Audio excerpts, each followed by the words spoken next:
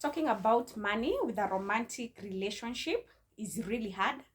But I believe uh, these are some of the most important conversations that we should have, especially when we are planning to get into long-term relationships or even marriages with our partners.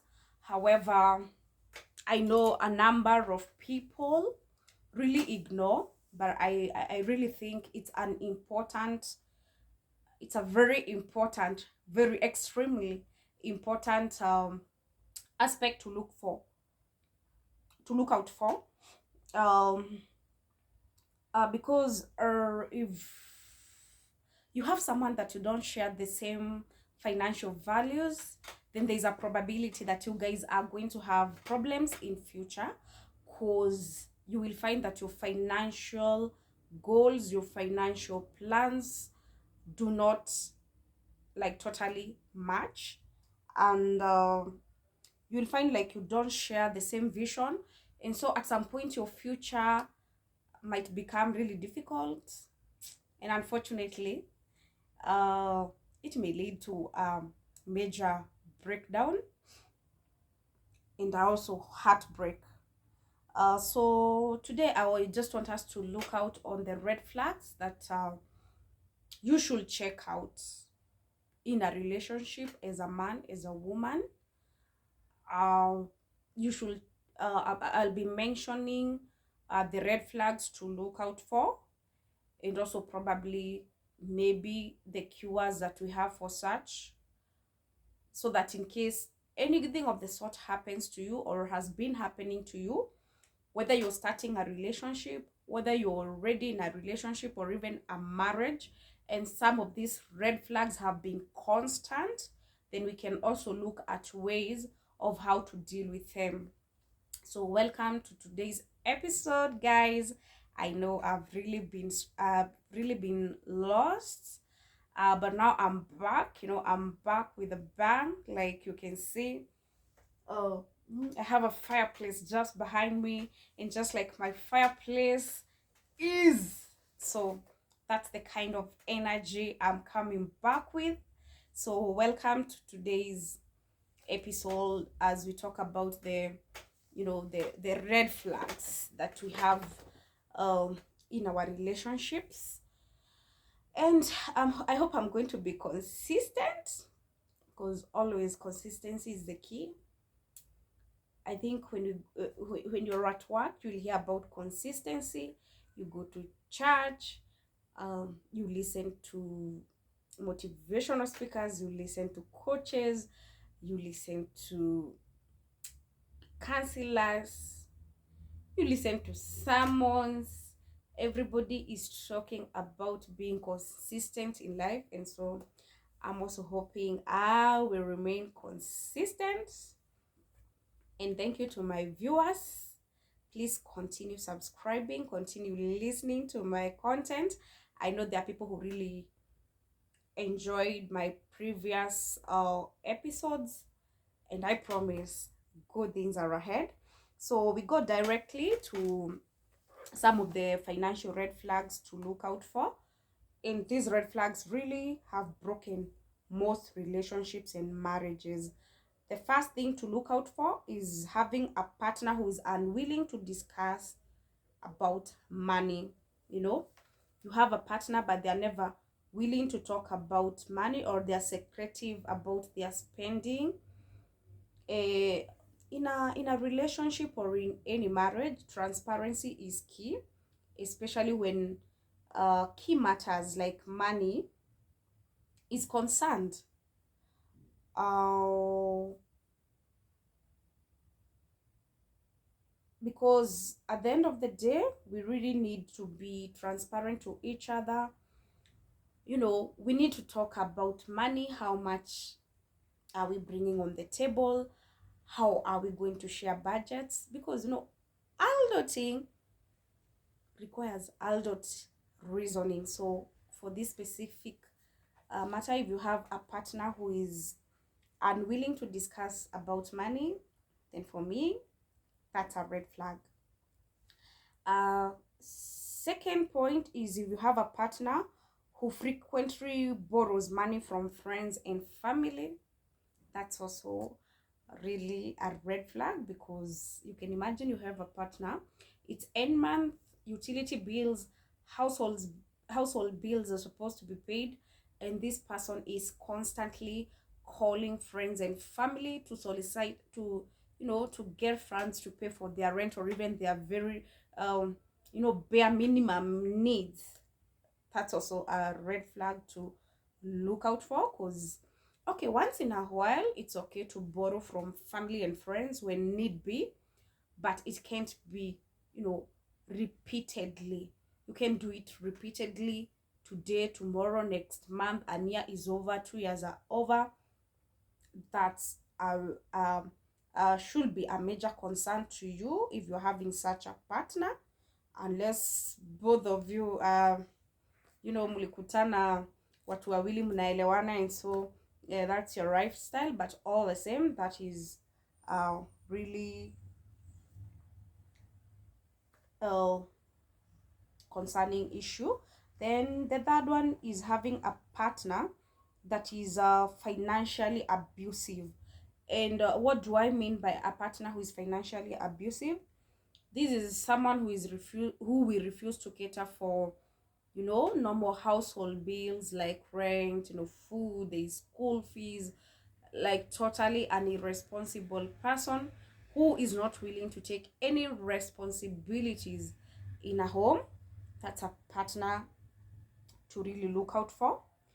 Someone who will also accumulate a lot of debts, because maybe probably at a personal level without letting you know, or maybe on your accounts. We have seen scenarios where partners manipulate their significant other to take facilities for them, and then they default on paying. That's a really risky partner to have for a future.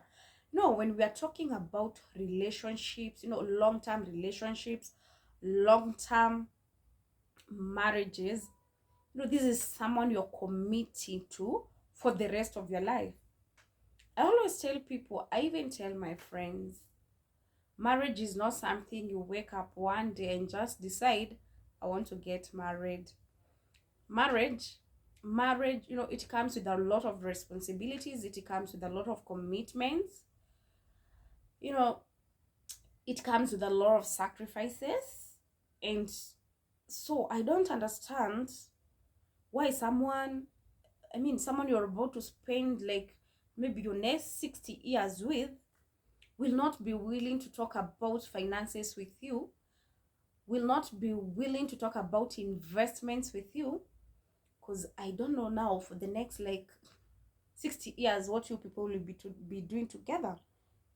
So also, a partner who steals from you. There are these partners, probably we find they will sneak into your M-Pesa, they will sneak into your bank accounts, they will sneak in, into your financial, financial, in where they can access your finances, and they will go with some part of your money. That's also a partner. Those uh, extreme extreme uh, behavior to look out for. Uh, then we also have these other partners who will maybe not agree to sign agreements that maybe sometimes you find couples who own property together, or even you find one of the partners has made a really big contribution, especially when it comes to buying of property, assets, and one of the partners is not willing to partner yet. Maybe probably both of you have done this project together. Then also you find there are also this kind of partners who are also financially abusive. You find you're doing projects together, but you will never see results for those specific projects, and probably both of you contributed to that specific project. that specific project. So that's also something to look out for. Then the fourth thing to look out for is a partner who is into gambling and other risky habits. Um untreated addictions can have really serious financial impacts on someone who is someone who doesn't have that self discipline, someone who is struggling with financial discipline. They are into gambling. They can't account for the money that they earn. um you know there's nothing about them that adds up. That's also a partner to look out for. Or someone who is always hoping hoping on jobs. Someone is not aggressive to to get a job, or even to be consistent with what they are doing. As we were talking about projects, a financially abusive partner, whereby you find you have projects you're doing with them, but they are not accountable. You also find there are partners who are not aggressive about anything. Especially for us ladies, you find most of the times when we fall in love, it's like some of I don't know whether it's our wisdom or our knowledge or what happens. It's like we just become like zombies, and then we become so vulnerable that you want to tell someone everything about how much you earn, how you spend your money. Like you become so vulnerable to them, yet this person is not reciprocating the same. You don't know even how much they are earning. You don't know, you totally know nothing about what they are doing with their finances or what they are planning. And so I think it's something to look out for.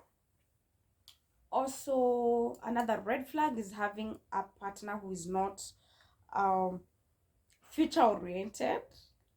Yeah, of course, a partner who is not future oriented, there is not at any point uh they're going to think about their finances. For them, um they have nothing to plan about. Not about the kids, not about the family, not even about having a home, not even having an investment plan. They're just there. They're not goal oriented. They're just there for life to flow and things to t- t- I mean, you can't you have to evaluate yourself and just know whether you're compatible with such kind of a person. Also, uh the sixth thing and the last thing to look out for, probably there are also many other things that you can mention down there, but the last one I'll talk about is someone who is just responsible about their money. These are people who they will get money and they can't account for whatever amount they earn. They're just irresponsible in how they spend their money. Generally, their priorities are upside down. uh, once they have money, they don't know first things first. So I think it's important to be keen, because these are the kind of people who will have credit cards. They have too much debts. you know their life like is auctioneers here, auctioneers there. A family is calling, Mshwari is calling, Fuliza is calling, Mkopa, Tala. Like the person is just irresponsible. You go meet their probably sometimes you even find they don't have friends, or they don't get along with relatives, because this person is just irresponsible. They have borrowed from everyone, including their colleagues, including they're just irresponsible. And I think you know when you have financial red flags in your relationship, then it becomes so difficult um to settle, because when you have such a partner, emotionally, psychologically, health wise, it affects you, who you are as a person. And sometimes it's good to look at what can be fixed, you know. Looking at all the red flags or all the financial issues that you and your partner have, there are things that you might look at and see, I mean, these are things that we can work out, especially when you have a partner who is willing and also prepared to have these discussions. So you can just highlight, you know, I always say it's good to shout when saa ile mambo imekumania, you don't like have to really strain with a lot of things. No, please shout, determine if the red flags in your relationship can be resolved. If they can, then it's okay to communicate, you know. Talk out to your partner about the concerns that you have. And for sure, if this is a person who is really serious about what you guys are having, then the changes are going to be there. But if there are those partners, maybe probably, I don't know how to describe it, but if they're that kind, then you have to be really careful about how you people deal with your money issues, because sometimes you might be forced to be selfish, you know. And that's why you're finding most relationships are not lasting, because people are just selfish. Nobody wants to come out exactly, like nobody's really honest about how much they're earning, you know. Especially for you know, sometimes you also find like there are people who have housewives, so you are generally the person doing everything in that household. But I think it's important also to have these conversations so that your person understands and doesn't over expect from you. And also you also find you are on the same page when it comes to financial matters that regard your family. I think it's also important maybe to have family budgets, so that you don't also find yourself overstretching, you know. Have those talks about the investments you guys want to make. If it means having, you know, joint accounts, and accountability, transparency is everything. But sometimes it also becomes difficult when you are not honest to each other. And that's why you find most couples nowadays, you find people are investing in their very own ways. Huyu anafanya vitu zake, huyu anafanya vitu zake. And at some point I think that's also fair, as long as maybe probably you're doing your things the other one is doing their thing. But at the end of the day, you guys are able to come in together, you know. You are able to sit together and say, this is what we need to do. If it's investments, this is how we do them. If it's cool, you know, those basic family needs that you need to deal with, you have to sit down and cater for them. And sometimes I always say it's difficult, but if it's that bad, then you should know when to walk away. I know it's not the best decision, but sometimes if you've tried communicating to your partner, you know, you've even tried professional help, you've tried to listen to YouTube, you know. YouTube nowadays is like another university where you can get all the information you need. If you attempt to fix all these issues with your partner, and sometimes it's difficult, or things are not working, and you find you're overstretching, you're overstraining, I think sometimes it's also good to walk away, especially when these financial burdens start having an implication in how you are as a person. They start having emotional, you know, professional, health wise, you know, they start having impacts on you, especially negatively. It does not matter, because if you don't fix that problem at that point, then which means it can emerge. And we're seeing a lot of things happening. And I know you don't want to get there sometimes. All the time I say knowledge is power. It's good to remain empowered, especially for us ladies. Let me talk about ladies, because I am a lady, I am a woman. I can't speak on behalf of men because I don't know from them how is their experience, you know, what is their thinking. But for me, because I deal with ladies a lot, like almost on a daily, I deal with ladies. I have a lot of lady friends, so we get to share so much that I can talk about is about ladies, you know, staying woke, remaining wise, knowing what to do when, you know, and uh when you do that, you're going to protect yourself and also your future before things get worse, before things get bad. I think it's also good to keep on, you know, having those um listening, having mentors, having friends, sharing with them, getting to listen to exactly what is happening to them or how they handle issues, especially when you're having challenges. It's good to be, you know, open-minded to learn. Be like an open book. Keep learning.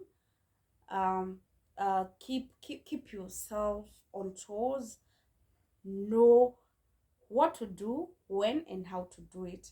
Otherwise, if you don't do that, then I don't know how the future is going to be for you, because I know it's not easy to deal with some of these issues, but it's good that we talk about them and also uh, know how to, you know, to deal with all those issues. Because if you don't deal with the issues, your partner is like is like your commitment, you know. When you have a partner, it's like your destinies are connected together. So if you cannot walk the same path, then I don't understand what you people are doing together. And so that's it for me. And I hope, guys, more content coming up. Consistency will be the key. For those who have not subscribed, kindly subscribe to my channel and click the notification button, so once I upload the video, you can be the first person to watch it. Bye.